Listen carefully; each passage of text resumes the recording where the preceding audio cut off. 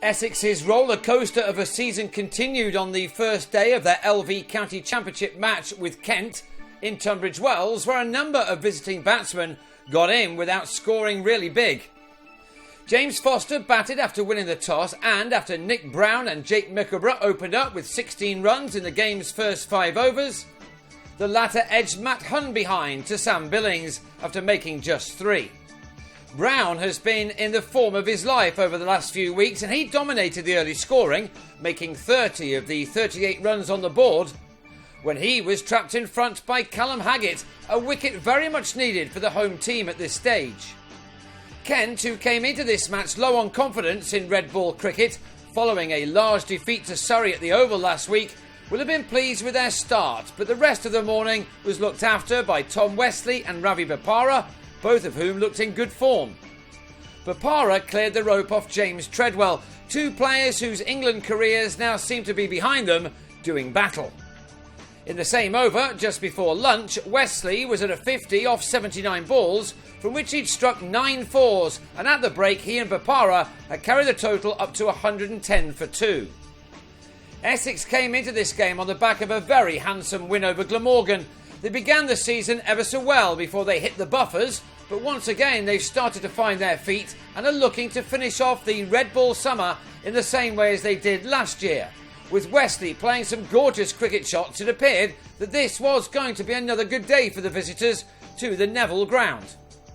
Wesley had a life when he was dropped in the slips by Treadwell, but the batsman didn't make the most of that, as he was dismissed for 77 when Hunn held on to a very sharp chance near his ankles to end a 3rd wicket partnership of 111, which had Essex on top.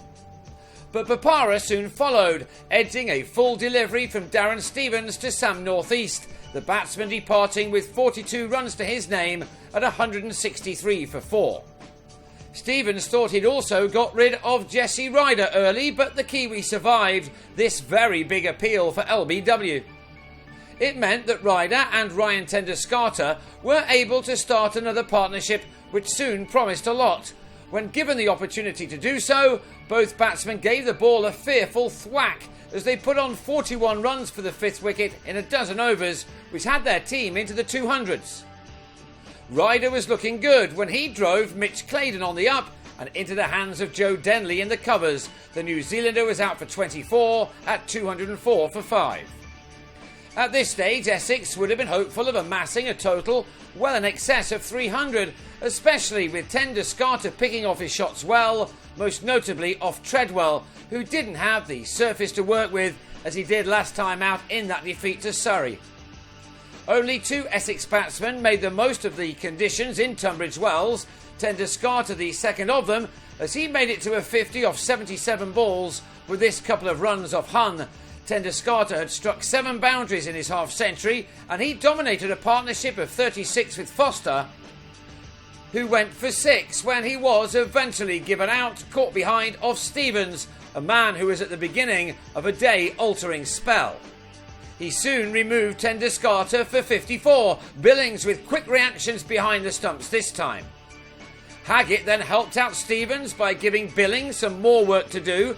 David Masters with the top edge after making 5 of a score of 260 for 8.